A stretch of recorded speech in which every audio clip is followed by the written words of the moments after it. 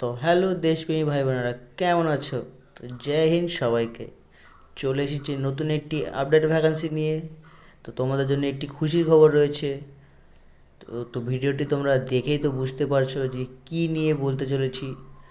হ্যাঁ, ইন্ডিয়ান আর্মির territorial army ভাগ নিয়ে চলে এসেছি তোমাদের জন্য এই নতুন ভিডিওটি নিয়ে।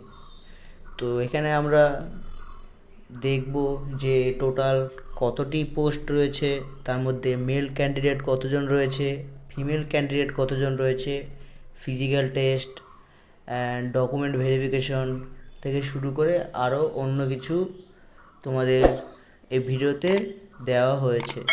তো প্লিজ চ্যানেলে তোমরা যদি নতুন হয়ে থাকো, চ্যানেলটিকে অবশ্যই লাইক কমেন্ট শেয়ার অ্যান্ড তোমাদের বন্ধুদের সাবস্ক্রাইব করতে বলো। তো সর্বপ্রথম আমরা এখানে দেখে নিই ইম্পর্টেন্ট ডেটস। 12/5 থেকে শুরু হয়েছে তোমাদের, আর শেষ হবে তোমাদের 10/6/2025 পর্যন্ত। অ্যাপ্লিকেশন ফিস রয়েছে তোমাদের জেনারেল, ওবিসি অ্যান্ড ইডাব্লিউএসদের জন্য 500 টাকা, আর এসসি এসটি পিএইচদের জন্য তোমাদের সেমি 500 টাকা রয়েছে। তো তোমরা যারা যারা ইন্ডিয়ান আর্মিতে যেতে ইচ্ছুক, তো তাড়াতাড়ি গিয়ে অ্যাপ্লিকেশন করে নাও। তো তোমরা তো জানোই যে ইন্ডিয়ান আর্মিতে যেতে হলে কতটা তোমাদের প্রস্তুতি নিতে হয়। এই টেরিটোরিয়াল বিভাগেও তোমাদের সেম প্রসেসই করতে হবে, যেরকম ইন্ডিয়ান আর্মিতে হয়।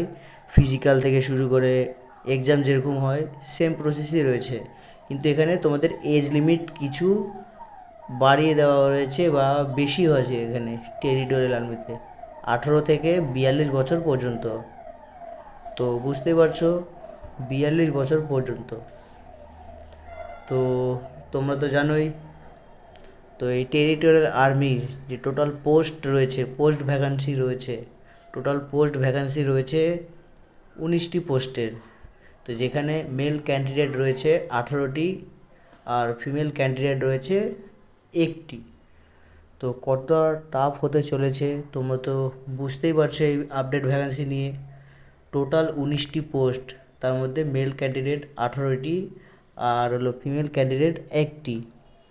তো কতটা টাফ হবে, তো তার জন্য তোমাদেরকে বলা হচ্ছে যে তোমরা বাড়িতে এখনই প্রস্তুতি শুরু করে দাও। কারণ 2-3 মাসের মধ্যেই তোমাদের এই ফিজিক্যাল টেস্টের জন্য আপডেট চলে আসবে, বা ফিজিক্যালের তোমাদের যে রান হবে, যে রানটির তোমাদের নোটিফিকেশন চলে আসবে। তো তোমরা যারা যারা এখনও প্রস্তুতি নেওনি, তাড়াতাড়ি এখন প্রস্তুতি শুরু করে দাও। তো তোমাদের এখানে কোয়ালিফিকেশন এখানে তো দেওয়া নেই, আমি ওটা এক্সট্রাভাবে বলছি। তোমাদের কোয়ালিফিকেশন তো 10 পাস লাগবে। আর দ্বিতীয়ত তোমাদের এই আর্টস কিংবা সায়েন্স, মাধ্যমিকে আর্টস কিংবা সায়েন্সে তোমাদের প্রত্যেকটা সাবজেক্টে 33% তোমাদের নাম্বার পেতে হবে কিন্তু। তাহলেই তোমরা এই ইন্ডিয়ান আর্মি টেরিটোরিয়াল আর্মিতে যেতে পারবে।